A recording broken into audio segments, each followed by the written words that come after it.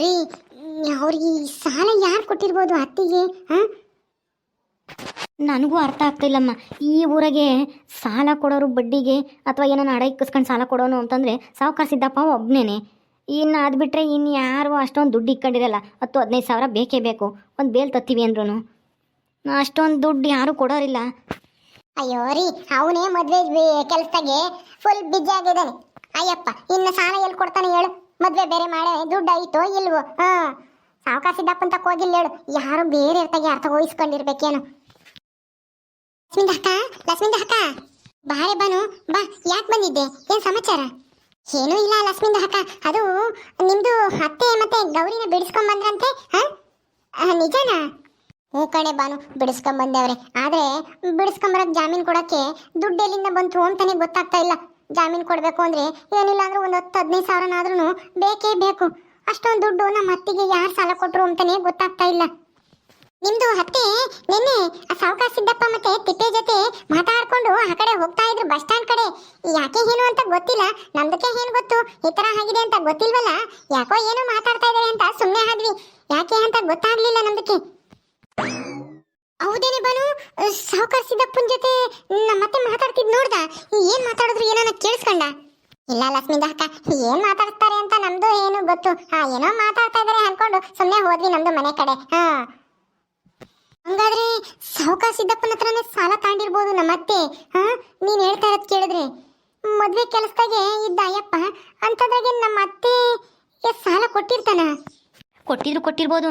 ಮತ್ತೆ ನಮ್ಮೂರಿಗೆ ಅಷ್ಟೊಂದು ಸಾಲ ಕೊಡೋರು ಯಾರ ಇದ್ದಾರೆ ಹೇಳು? ಸಾವುಕಾರ ಸಿದ್ದಪ್ಪನ ಬಿಟ್ರೆ ನಮ್ಮಮ್ಮಯ್ಯ ಅವನ ತಗೆ ಸಾಲ ಇಸ್ಕೊಂಡಿರ್ಬೇಕು.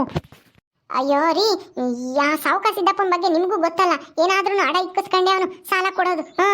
ಅಲ್ಲ, ಮಲ್ಲಿ ಅವ್ರ ಅಪ್ಪಯ್ಯ ಅಮ್ಮಯ್ಯಗೇನೆ ಸಾಲ ಕೊಡ್ಬೇಕಾದ್ರೆ ಜಮೀನ್ ಪತ್ರ ಅಡ ಇಕ್ಕಿಸ್ಕೊಂಡು ಸಾಲ ಕೊಟ್ಟಿದ್ದ. ಅಂತದ್ರಾಗೆ ಇವತ್ತಿಗೆ ಸುಮ್ಮನೆ ಸಾಲ ಕೊಟ್ಬಿಡ್ತಾನೆ ಅವನು. ಹೌದು ಗೊತ್ತು ಕಣೆ, ಆದರೆ ಅಮ್ಮಯ್ಯ ಹಂಗೆ ಕೊಟ್ಬಿಡ್ತಾನ ಸಾಲನ ನಮ್ಮಮ್ಮಯ್ಯಗೆ. ಅದೇ ಕಾರಣಕ್ಕೂ ಕೊಟ್ಟಿರಲ್ಲ ಸೀನೊಂದು ಹಣ. ಮೊದಲು ನಿಮ್ದು ಅಮ್ಮಗೆ ವಿಚಾರಿಸಿ ಏನು ಹಣ ಇಟ್ಟಿದ್ದಾರೆ ಅಂತ ಸಾವುಕಾರ ಸಿದ್ದಪ್ಪನಿಗೆ. ಹೌದು ಕಣ್ರಿ, ನಿಮ್ಮ ಅಮ್ಮನ ಕರೀರಿ ಜಲ್ದಿ. ಏನು ಹಣ ಇಟ್ಟಿದ್ದಾರೆ ಸಾವುಕಾರ ಸಿದ್ದಪ್ಪಗೆ ಅಂತ ಹೇಳಿ ಕೇಳೋಣ. ಅಮ್ಮ ಯಮ್ಮ ಬಾಯಿಲಿ. ಯಾಕೋ? ಆರಮ್ಮ ಇಲ್ಲಿ ಜಲ್ದಿ ಬಾಯಿಲಿ, ಏನೋ ಕೇಳಬೇಕಾಗಿತ್ತು. ಏನಪ್ಪ ನಿಂದು? ಏನು ಹೇಳು? ಅಲ್ಲಮ್ಮ, ನೀನು ಗೌರಿನ ಬಿಡಿಸ್ಕೊಂಬರಕ್ಕೆ ಜಾಮೀನು ಕೊಡೋಕ್ಕೆ ಸಾಲ ತಗೊಂಡು ಬಿಡಿಸ್ಕೊಂಬತ್ತೀನಿ ಅಂತ ಹೇಳಿದ್ದಲ್ಲ. ನಿನಗೆ ದುಡ್ಡು ಯಾರು ಕೊಟ್ಟರು? ಯಾರು ಕೊಟ್ರಮ್ಮ? ದುಡ್ಡು ಯಾರೋ ಕೊಟ್ಟರು, ಅದನ್ನ ಕಟ್ಕೊಂಡು ನಿಮ್ಗೆ ಏನಾಗಬೇಕು? ನೀವೇನು ಕೊಟ್ಟಿಲ್ಲ ತಾನೆ? ಯಾರೋ ಕೊಟ್ಟವ್ರೆ, ಬಿಡಿಸ್ಕೊಂಡ್ ಬಂದಿದ್ದೀನಿ. ಈಗ ಆದ್ರ ಕತೆ ಬೇಕಾಗಿಲ್ಲ, ಬೇರೆ ಏನಾದರೂ ಇದ್ರೆ ಕೇಳು ಅಷ್ಟೇನೆ. ಅಲ್ಲಮ್ಮ, ಇದೇನು ಹಿಂಗೆ ಹೇಳ್ತಾ ಇದ್ದಲ್ಲ? ಯಾರ ತಗ ಸಾಲ ಇಸ್ಕೊಂಡೆ, ಎಷ್ಟು ಇಸ್ಕೊಂಡೆ ಅಂತ ಹೇಳು ಸರಿಯಾಗಿ. ಯಾಕೆ ಇವಾಗ? ಯಾಕೆ ಅವ್ರಿಗೆ ಹೋಗಿ ಸಾಲ ಕೊಡಕ್ಕಾಗಲ್ಲ ನಮ್ಮಮ್ಮಯ್ಯ ಯಾಕೆ ಕೊಟ್ರಿ ಅಂತನ ಚಾಡಿ ಹೇಳಕ್ಕ? ಅಯ್ಯೋ ಅತ್ತೆ, ಹಂಗೆಲ್ಲ ಏನು ಇಲ್ಲ. ಅಲ್ಲ, ನೀವು ಸಾವುಕಾರ ಸಿದ್ದಪ್ಪ ಹೊರತಾಗ ಏನಾದ್ರೂ ಸಾಲ ತಗೊಂಡಿದ್ದೀರಾ ಹೇಳ್ರಿ. ಯಾಕೆ?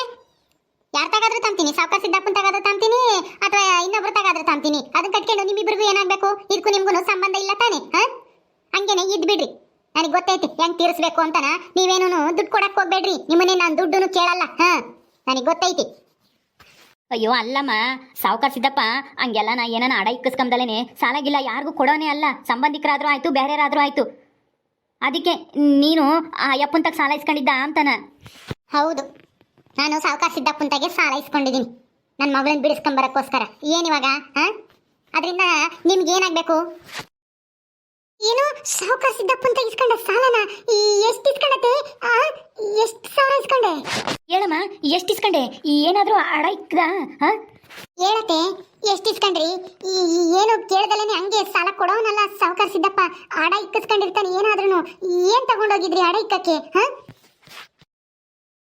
ಅಯ್ಯೋ ಕೆಂಚಿಂದ ಅಕ್ಕ, ನಿಮ್ದು ಸೊಸೆ ಮಗ ಅಷ್ಟು ಕೇಳ್ತಾ ಇದಾರಲ್ಲ, ಹೇಳಿ ಎಷ್ಟು ದುಡ್ಡು ಇಸ್ಕೊಂಡ್ರಿ ಅಂತ.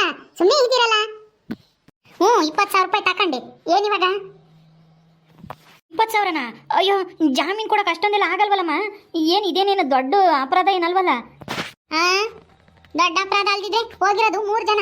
ನಮ್ಮ ಗೌರಮ್ಮನ್ನ ಅವ್ರ ಮನೆಗೆ ಇಕ್ಕೊಂಡು ಸಾಕಿದ್ದಾರೆ. ಆ ಸಾವಿತ್ರಿನೂ ಸೇಳಿನು. ಮತ್ತೆ ಅವ್ರನ್ನ ಹಂಗೆ ಬಿಟ್ಟು ಬರಕ್ಕಾಗುತ್ತಾ? ಇನ್ನೊಂದ್ ದಿವಸ ಯಾರನ್ನ ಸಹಾಯ ಮಾಡ್ತಾರೆ ಹಿಂಗೆ ಕಷ್ಟ ಬಂದಾಗ. ಅದಕ್ಕೇನೆ ಅವ್ರನ್ನು ನಾವೇ ಬಿಡಿಸ್ಕೊಂಡ್ ಬಂದಿದ್ವಿ. ಗೌರಮ್ಮ ಹೇಳಿಳು, ಅವ್ರನ್ನ ಬಿಡ್ಸಮ್ಮ, ಇನ್ನೇನ್ ಮಾಡಕ್ಕಾಗುತ್ತೆ, ನಮಗೋಸ್ಕರ ತಾನೇ ಜೈಲಿಗೆ ಬಂದಿರೋದು ಅಂತಾನ. ಅದಕ್ಕೆ ಎಮ್ಮಳನ ದುಡ್ಡ ಕೋಟಿ ಕಟ್ಟಿ ಬಿಡಿಸ್ಕೊಂಡ್ ಬಂದಿದ್ದೀನಿ. 20,000ನ ಸಾವುಕಾರ ಸಿದ್ದಪ್ಪಂತೆಗೆ? ಅಲ್ಲ ಈ ಏನೋ ನೀನು ಸುಮ್ಮನೆ ಹಂಗೆ ಕೊಟ್ಬಿಟ್ನಾ ಅಯ್ಯಪ್ಪ? ಅಯ್ಯೋ ದೇವ್ರಿ, ಇದೇನತ್ತೆ 20,000 ರೂಪಾಯಿ ಇಸ್ಕೊಂಡೋಗಿ ಆ ಸೇಳಿನ ಅವ್ರನ್ನ ಎಲ್ಲ ಬಿಡಿಸಿದ್ಯಲ್ಲ. ಅಲ್ಲ ಗೌರಿನಾದ್ರೂ ಒಬ್ಬಳನ್ನ ಬಿಡಿಸ್ಕೊಂಡ್ ಬಂದಿದ್ರೇನು ಪರವಾಗಿಲ್ಲ, ಹೋಗಿ ಹೋಗಿ ಅವ್ರನ್ನೆಲ್ಲ ಯಾಕೆ ಬಿಡ್ಸಕ್ ಹೋದೆ? ಇನ್ನೊಂದು ಜೈಲ್ನಾಗ ಇರೋರು ಅವರೆಲ್ಲ ಬೇಕು ಅಂದ್ರೆ ಯಾರನ್ನ ಹೋಗಿ ಬಿಡಿಸ್ಕೊಂಬರೋರು, ಅವ್ರಿಗೆ ಗೊತ್ತಿರೋರು. ಅವ್ರ ಅಣ್ಣ ಏನೋ ಯಾರೋ ಇದ್ನಲ್ಲ ಬೈರಾಂಬನು, ಅವನಾದ್ರೂ ಬಿಡಿಸ್ಕೊಂಬರ, ನೀನ್ ಯಾಕೆ ಬಿಡ್ಸಕ್ ಹೋದೆ? ಏ ಗೌರಿ, ನಿನ್ಗಾದ್ರೂ ಬುದ್ಧಿ ಬೇಡವೇನೆ?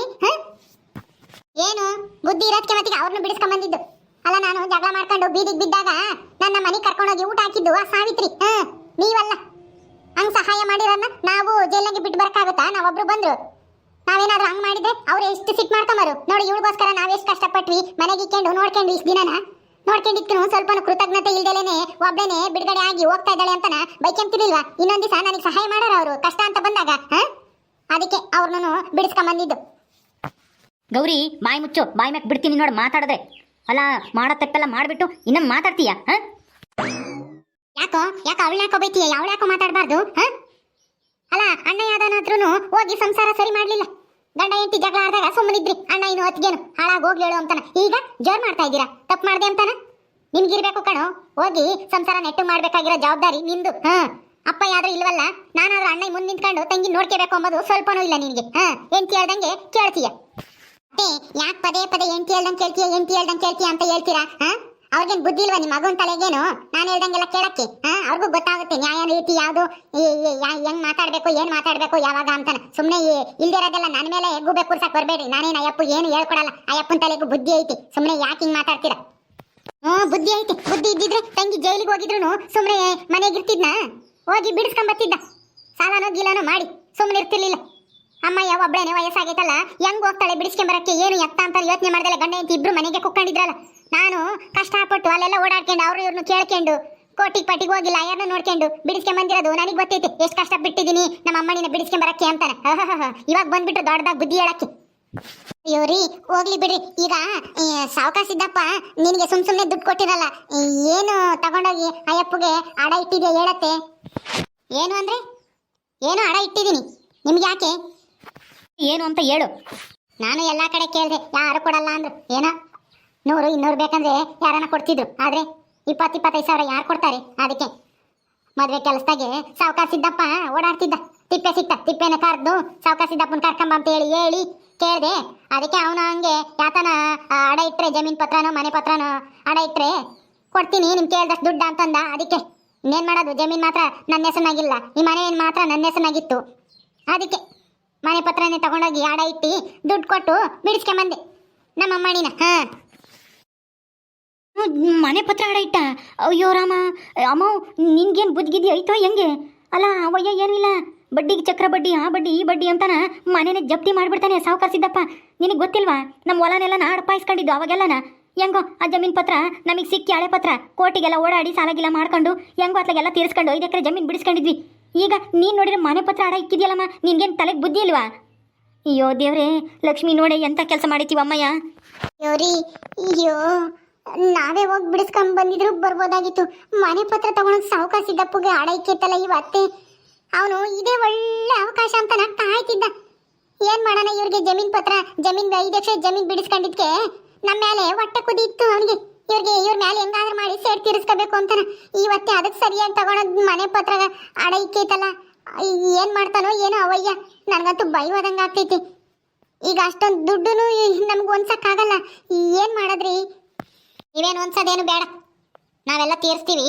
ನೀವೇನು ತಲೆ ಕೆಡ್ಸ್ಕೊಂಬಕ್ ಹೋಗ್ಬೇಡಿ. ಬಾರೇ ಗೌರಮ್ಮ, ದೇವಸ್ಥಾನಕ್ಕೆ ಹೋಗಿ ಪೂಜೆ ಮಾಡಿಸ್ಕೊಂಬರೋಣ ಬಾ. ಅಯ್ಯೋ ಇದೇನೇ ಲಕ್ಷ್ಮಿ, ಇವಮ್ಮ ಹಿಂಗೆ ಹೇಳ್ತೈತಿ? 20-25 ಸಾವಿರ ರೂಪಾಯಿ ಸಾಲ ತೀರ್ಸೋದೇನು ಸುಮ್ಮನೆನಾ? ಅಲ್ಲ ನಾವು ನೋಡಿದ್ರೆ ಈಗಿನ ಒಂದಿಷ್ಟು ಹೆಂಗೋ ಸಾಲಾಗಿಲ್ಲ ತೀರಿಸ್ಕೊಂಡು ಹಂಗೆ ನಾವು ಚೆನ್ನಾಗಿ ಆದ್ವಿ ಅಂತ ಅಂಬೋ ಅಷ್ಟರಲ್ಲಿ ಇವಮ್ಮ ಇನ್ನೇನೋ ಎಡವಟ್ಟು ಮಾಡ್ಕೊಂಡು ಕೂತ್ಕೊಂತಲ್ಲ. ಎಲ್ಲ ಈ ಗೌರಿಯಿಂದಾನೆ. ಥೂ ಹಾಳಾದಳು, ತಲೆಗೊಂದು ಈಟು ಬುದ್ಧಿನೇ ಇಲ್ಲ, ಹೆಂಗಿರ್ಬೇಕು ಅಂತಾನ. ಆ ಸಾವುಕಾರ ಸಿದ್ದಪ್ಪಗೆ ಮನೆ ಹಡ ಇಟ್ಟಿರೋದು ಬಿಡಿಸ್ಕೊಂಡ್ ಬಂದಿಲ್ಲ ಲಕ್ಷ್ಮಿಂದ ಹಕ್ಕ. ಇಲ್ಲ ಅಂದ್ರೆ ಆ ಬಡ್ಡಿ ಈ ಬಡ್ಡಿ ಅಂತಾನ ನಿಮ್ದು ಮನೇನೆ ಜಪ್ತಿ ಮಾಡಿದ್ರು ಮಾಡ್ತಾನೆ ಆ ಸಾವುಕಾರ ಸಿದ್ದಪ್ಪ. ಸರಿ ನಮ್ದು ಬರ್ತೀವಿ. ಸರಿ ಕಣೆ ಬಾನು, ಹೆಂಗೋ 7 ಒಳ್ಳೆ ಕೆಲಸ ಮಾಡಿದೆ. ಈಗ ಏನಾನ ಒಂದು ವ್ಯವಸ್ಥೆ ಮಾಡಿ ಅವನ ತಗ ಅಡ ಇಕ್ಕಿರ ಮನೆ ಪತ್ರನ ಮೊದಲು ಬಿಡಿಸ್ಕೊಂಬರ್ಬೇಕು. ಏನು ಮಾಡೋದಪ್ಪ, 25,000 ರೂಪಾಯಿ ಹೆಂಗ್ ಹೊಂದ್ಸೋದೀಗ? ಏನು ಮಾಡೋದ್ರಿ ಈಗ? ಏನು ಮಾಡೋದಮ್ಮ, ಏನೋ 1,000 2,000 ಒಂದು 5,000 ಒಳಗಾಗಿದ್ರೆ ಹೆಂಗೋ ಯಾರ ತಗಾನ ಇಸ್ಕೊಂಬರ್ಬೋದಾಯ್ತು. 25,000 ರೂಪಾಯಿ ಅಂದರೆ ಏನಾಯ್ತು? ಸರಿ, ಊಟಕ್ಕೆ ಇಕ್ಕೊಂಬತ್ತೀನಿ ರೀ. ಊಟ ಮಾಡಿವ್ರಂತೆ, ಊಟ ಮಾಡಿ ಆಮೇಲೆ ಯೋಚನೆ ಮಾಡೋಣ ಏನು ಮಾಡೋದು ಅಂತನ. ಓಕೆ ಸ್ನೇಹಿತರೆ, ಈ ವಿಡಿಯೋನ ಇಲ್ಲಿ ಮುಗಿಸ್ತಾ ಇದ್ದೀವಿ. ಈ ಕಥೆಯನ್ನು ಮುಂದುವರಿಯುತ್ತೆ. ನಿಮ್ಮೆಲ್ಲರಿಗೂ ಈ ವಿಡಿಯೋ ಇಷ್ಟ ಆದರೆ ಲೈಕ್ ಮಾಡಿ, ಶೇರ್ ಮಾಡಿರಿ. ಹಾಗೆ ಇನ್ನೂ ಯಾರ್ಯಾರು ನಮ್ಮ ಚಾನಲ್ ಸಬ್ಸ್ಕ್ರೈಬ್ ಮಾಡ್ಕೊಂಡಿಲ್ವ ದಯವಿಟ್ಟು ಸಬ್ಸ್ಕ್ರೈಬ್ ಮಾಡ್ಕೊಡ್ರಿ. ಮುಂದಿನ ವಿಡಿಯೋದಲ್ಲಿ ಸಿಗ್ತೀವಿ. ನಮಸ್ಕಾರ.